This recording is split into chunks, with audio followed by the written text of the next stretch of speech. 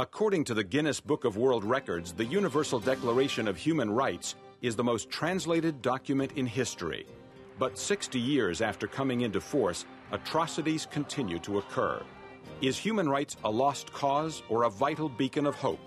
Next on Great Decisions. In a democracy, agreement is not essential, but participation is. Join us as we discuss today's most critical global issues. Join us for Great Decisions. Great Decisions is produced by the Foreign Policy Association, inspiring Americans to learn more about the world. Funding for Great Decisions is provided by the Star Foundation. Great Decisions is produced in association with the University of Delaware. In Sudan's Darfur region, people are still subject to a genocidal campaign, by most accounts run by the central government in Khartoum. In China, in the days leading up to the 2008 Olympics, Beijing jailed and beat protesters who disagreed with government policy. And in the U.S., we're debating the use of torture as an anti-terrorism tool. Abu Ghraib and others are a reminder that we are not infallible. But what we do try to do is when attention is drawn to these issues, we try to make sure there is accountability. We try to correct our mistakes. When the UN authored the Universal Declaration of Human Rights in 1948, its goal was to establish these rights for everyone, not just for citizens of countries that already guaranteed them. But how does a signed piece of paper translate into real protection for real people? The challenge then and today is enforcement. The first area of guarding against human rights abuses is really at the local level among defenders or human rights heroes in their own country, helped almost invariably by Human Rights Watch and by Amnesty International, by the Carter Center and other human rights organizations that are non-governmental in nature. The decades after the signing of the Human Rights Declaration have been no less bloody and oppressive than the years before. The killing fields of Cambodia, death squads in Latin America, political repression in the former Soviet Union, violence against women in the Middle East and Africa. We need to look beyond just turning to the Human Rights Council or to the United Nations when there's a human rights problem. Because the UN is not very capable of overcoming that kind of built-in resistance of the membership. What are the consequences for human rights violators? Are sanctions and public condemnation enough? And in fighting terrorism, are countries like the United States sacrificing core human rights values for security? What about non-governmental organizations? Can groups like Amnesty International and Human Rights Watch really stop abuses or just document them? Never again, again and again. Coming up next on Great Decisions. And now from our studios, here is Ralph Begleiter. Welcome to Great Decisions. I'm Ralph Begleiter. Joining us to discuss the state of human rights around the globe are Kenneth Roth, president of Human Rights Watch, and Hurst Hannum, professor of international law at the Fletcher School of Law and Diplomacy at Tufts University. Thank you both for being with us, gentlemen. So the Declaration of Human Rights has been around for 6 decades, and the United Nations has intervened over that course of time as well. Give us a sense of how you would evaluate how the performance of those institutions has been for protecting human rights around the world. Ken? Well, first of all, I think it's important to remember that the defense of human rights has mostly to do with actors outside of the United Nations. There's a very active non-governmental movement that has emerged over the years. And in fact, in almost every country around the world today, you find local human rights activists who are fighting to defend rights in their country. The progress we've made is that today it's impossible for a government to claim that it doesn't care about human rights. Even the worst dictators, even Saddam Hussein, pretended that he respected human rights and tried to hide his atrocities. So that gives us real power to try to force governments to live up to their pretense, to bring their practice in lines with these principles that they claim to uphold. Now, the UN is a part of that process, but a fairly small part. I think its most important dimension are, say, the peacekeepers who will go and stop the killing or try to stop the killing in eastern Congo or Darfur. There are also, say, the leaders, the Secretary General of the United Nations or the High Commissioner for Human Rights, who can use the bully pulpit to try to shame abusers. And then you have political bodies like the UN Human Rights Council, which tend to perform less effectively. Hurst Hannum, do you think government's role is accurately characterized there? Yes, I think so. And it is important to remember that human rights is not about creating a world order that's enforced by the UN. It really is about persuading governments to change. And I think sometimes we miss that because we need the United Nations and the international institutions as guardians, as watchdogs, as occasionally interveners. But essentially the history of human rights has been about bringing countries on board, first getting them to make a theoretical commitment to these standards, and then slowly, country by country, using the NGOs that Ken talked about and using the UN where we can, getting them to act on these principles. And I think one of the unfortunate things that has happened over the last 10 or 15 years particularly is there's a much greater expectation on the part of many people that international organizations of the UN can somehow come in and themselves enforce or create human rights. It just can't be done. It's a much longer process than that. But we certainly have made progress between now and back in 1948. Having said that, the United Nations recently changed, in the last couple of years, changed its procedure for handling, switching from a 50-member United Nations Commission on Human Rights to a 47-member Council on Human Rights. We talked at Great Decisions with a number of human rights experts about the UN role. Let's hear what they had to say. So what have we seen from the Council? You've seen minor resolutions mildly criticizing Sudan for the situation in Darfur, not even criticizing the government, just remarking on the situation, mildly rebuking Burma for its crackdown on peaceful protesters and Buddhist monks. You have not seen any resolutions on China. You've not seen any resolutions on North Korea. No resolutions on Zimbabwe. No resolutions on Cuba. No resolutions on Saudi Arabia. No resolutions on Iran.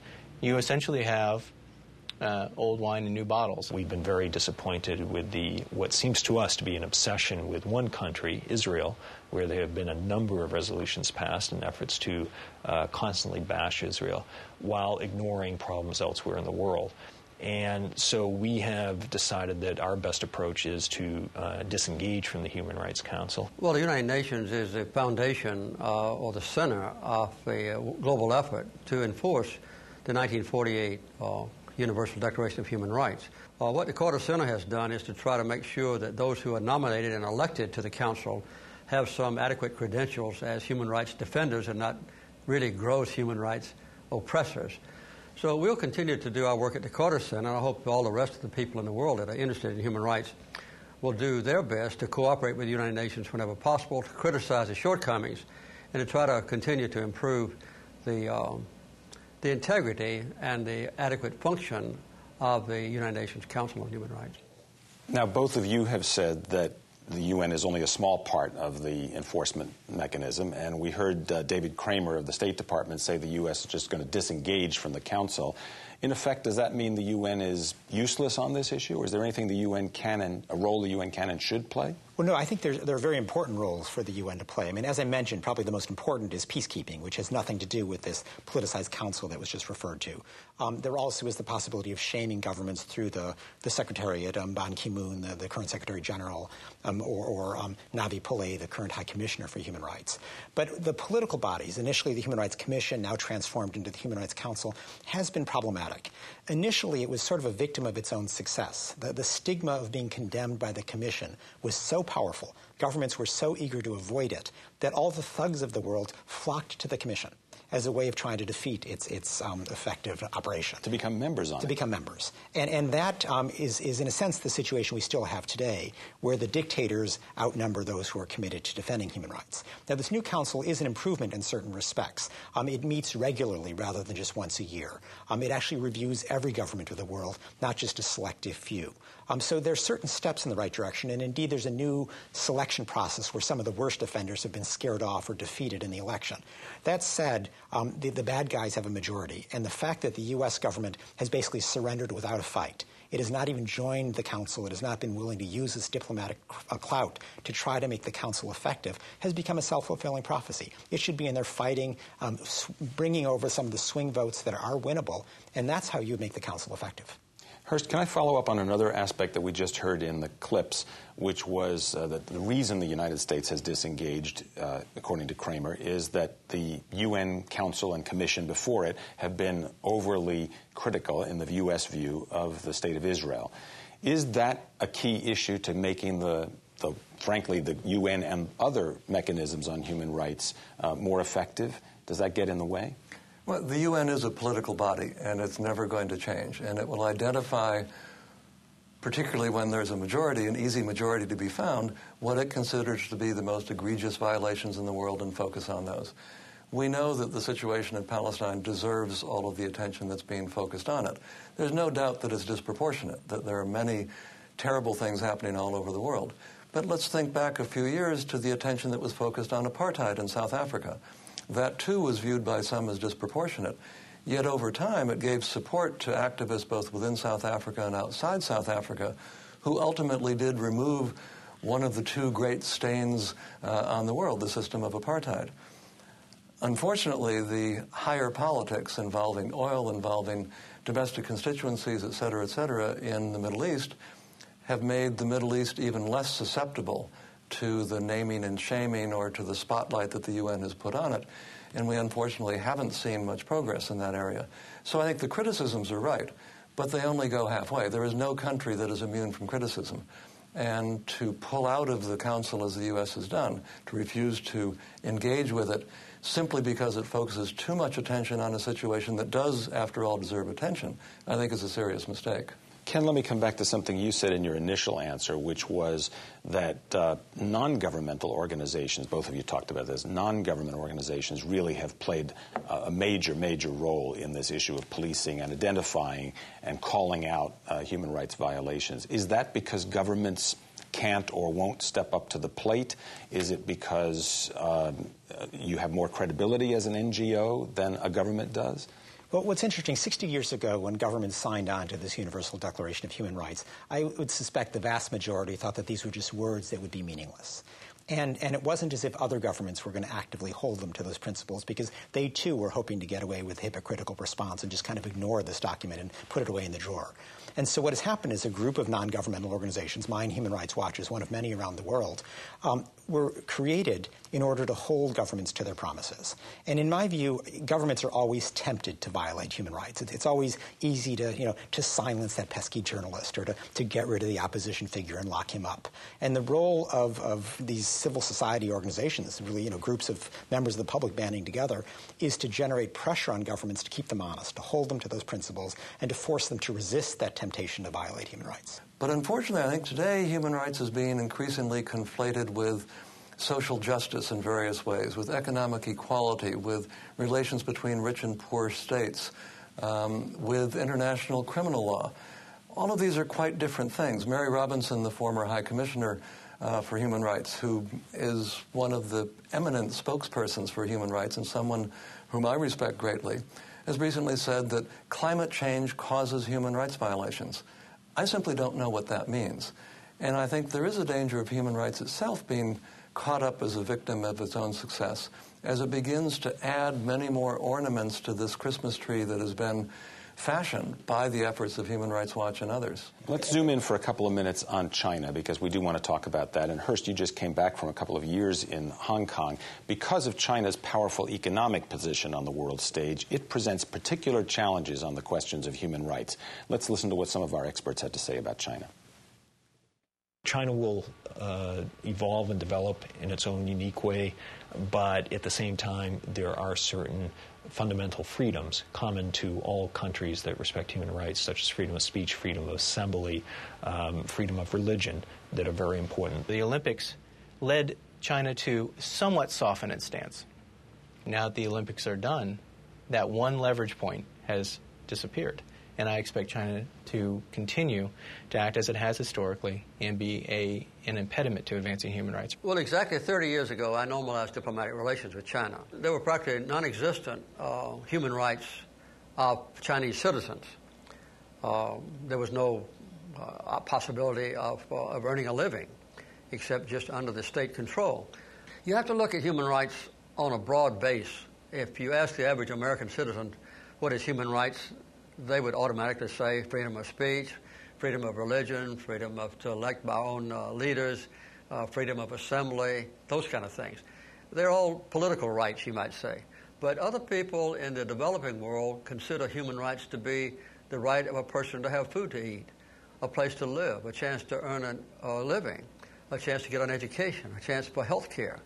So the social and economic and political rights are all legitimately to be considered as basic human rights. Until a country or government or regime is able to honor all the human rights, then they still are susceptible to and ought to be criticized.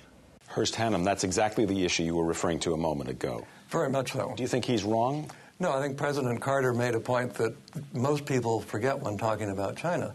China has brought 200 or 300 million people out of abject poverty. They had, at least until fairly recently, paid much more attention to education. Human rights don't accrue to a government automatically. China has ratified only one of the two major human rights covenants on economic, social, and cultural rights. It's not ratified the one on civil and political rights. The U.S. has done the reverse. China, I think, surprisingly, in my view, cracked down on free expression and protest much more strongly than I expected in the last year or two. But China is still an extraordinarily complex place that it's impossible to predict where it's going to go.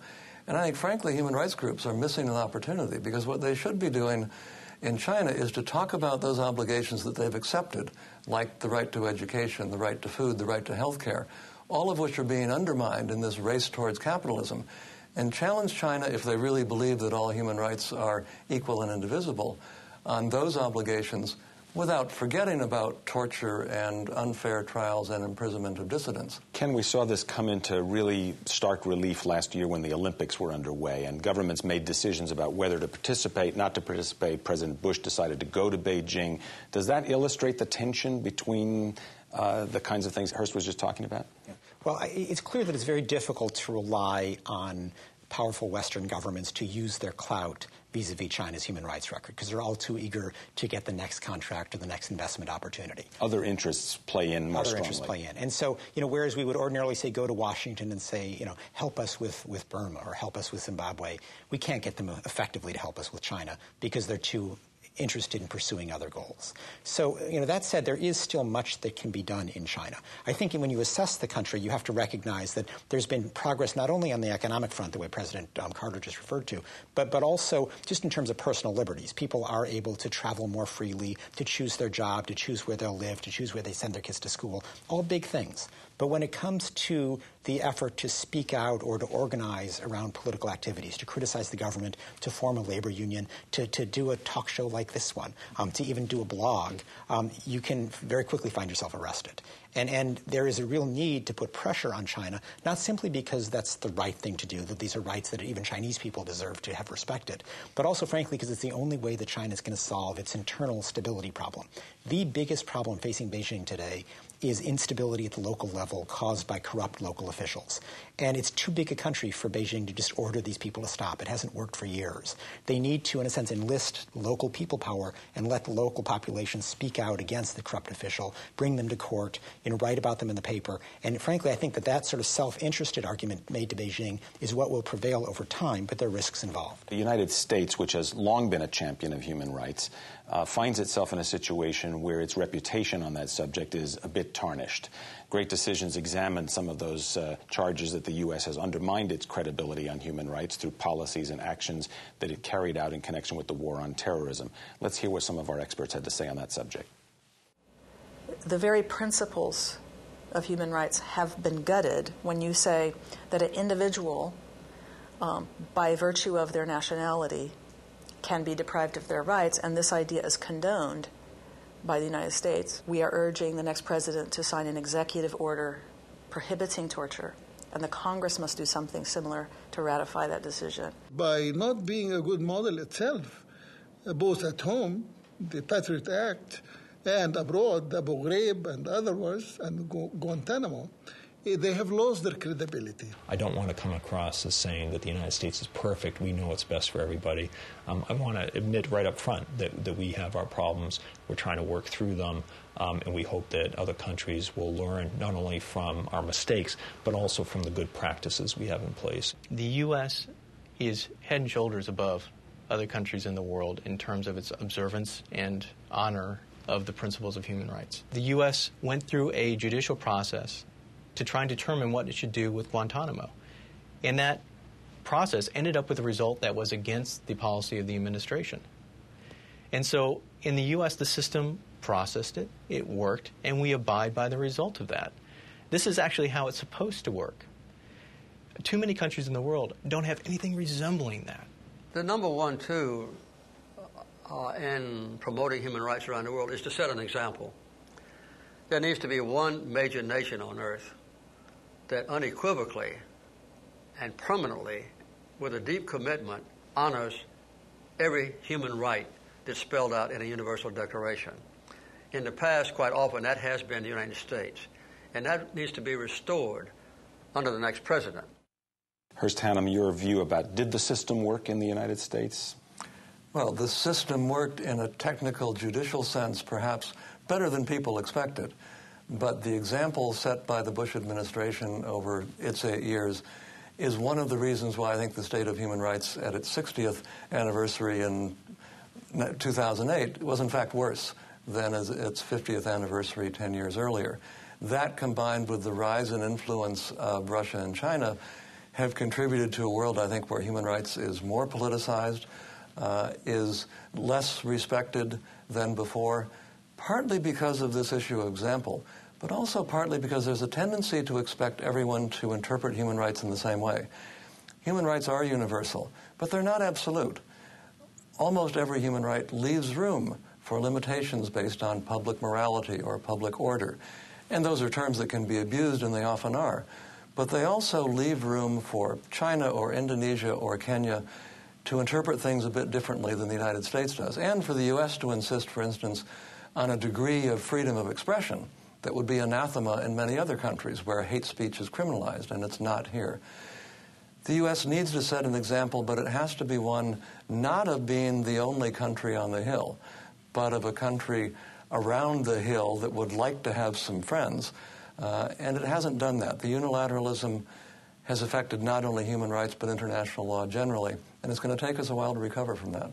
Can your organization, Human Rights Watch, and the United States government and other organizations issue annual reports, and periodic ones as well, about human rights in various countries around the world? Have you found that your voice has been made less effective by the actions of the United States over the last decade or so? It doesn't harm my organization, but it does harm the movement, because we have, really for two reasons. One, we've traditionally depended on the U.S. government as a powerful voice for human rights. And second, the United States, as the world's most powerful government, is a powerful example. And let me give you just a sense of how this plays out. I was in Egypt a couple of years ago, and I initially met with the U.S. ambassador there, and I said, are you still able to protest Egypt's pervasive torture and its pervasive detention of suspects without trial? And he had to admit sort of sheepishly, no, he couldn't possibly do that anymore. He has no credibility when the U.S. does the same thing back home. I then went and met with the Egyptian prime minister. And it was at a moment when Egypt was rounding up suspects, and we knew they were being tortured. And I said, Mr. Prime Minister, why are you torturing these people? And without skipping a beat, he said, that's what Bush does.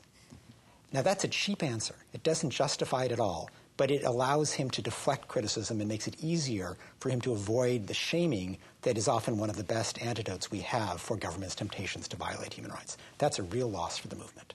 There's been a long tension, really decades worth of tension, over whether to use U.S. military force to engage in human rights corrections around the world. That was the case in Bosnia, it was the case in Somalia, it has been the case in the Middle East sometimes.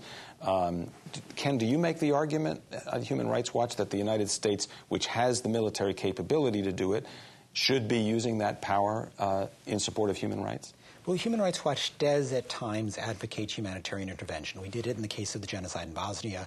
We did it in the case of the genocide in Rwanda. There have been selective other cases where there is mass murder going on and only military force will be capable of stopping it. So we're not a pacifist organization, and we recognize there is a role for military force to sometimes stop mass atrocities. Now, it's best when that happens multilaterally, because there's greater legitimacy in a multilateral military action than for one government to just go in on its own and claim to be supporting human rights, but it really is pursuing, say, an agenda of toppling Saddam or whatever the case might be.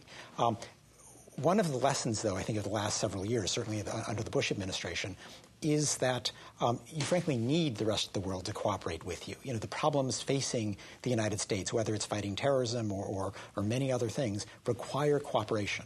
And if if you are not subscribing to the international standards that most governments subscribe to, if you claim to be above the law, it's harder to enlist other governments in actions that are really, in your interest. And so the United States, powerful as it is not powerful enough to change the world on its own. It needs partners, and if it wants those partnerships, it has to be willing to play by the rules that everybody else does, which means respecting human rights, even in the face of major challenges like terrorism. Hurst Hannum, professor of international law at the Fletcher School of Law and Diplomacy at Tufts University, and Ken Roth, president of Human Rights Watch in the United States. Thank you very much, both of you, for being with us on Great Decisions. And thank you as well for joining us on Great Decisions. We'll see you next time. I'm Ralph Begleiter. To learn more about topics discussed on Great Decisions, visit our website at www.greatdecisions.tv. To order a copy of the Great Decisions Briefing Book, a DVD set of this series, or join a Great Decisions discussion group in your area, contact the Foreign Policy Association. Funding for Great Decisions is provided by the Star Foundation. Great Decisions is produced in association with the University of Delaware. Next time on Great Decisions. Great Decisions traveled to Cairo to see firsthand where U.S.-Egypt relations stand today. One thing we found is certain. Despite recent disagreements, Egypt remains a critical U.S. ally in the Arab world. Next time on Great Decisions.